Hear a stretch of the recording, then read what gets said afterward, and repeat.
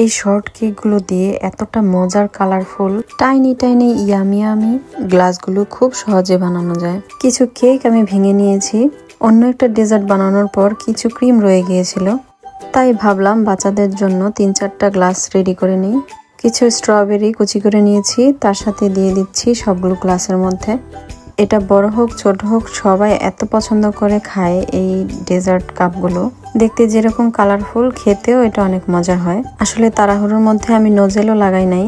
Nozzle দিয়ে ক্রিমগুলো দিলে আরো সুন্দর লাগতো দেখতে। আর উপর দিয়ে কিছু জিলাপি দিয়ে দিলাম। জিলাপিগুলো অবহেলায় গড়াগড়ি খাচ্ছিল, তাই আমি একটু ব্লেন্ড করে সাজিয়ে দিলাম। ঈদে বা কোনো পার্টিতে যদি এরকম সুন্দর করে টেবিলগুলো সাজানো হয়, গেস্টরা সরাসরি যদি কিছু নাও বলে, মনে মনে অবশ্যই বলবে গুণবতী আর রান্নায় মনে হয় অনেক পারদর্শী। ভিডিওটি ভালো লাগলে সাবস্ক্রাইব করে পাশে থাকবেন। আল্লাহ হাফেজ, আসসালামু আলাইকুম।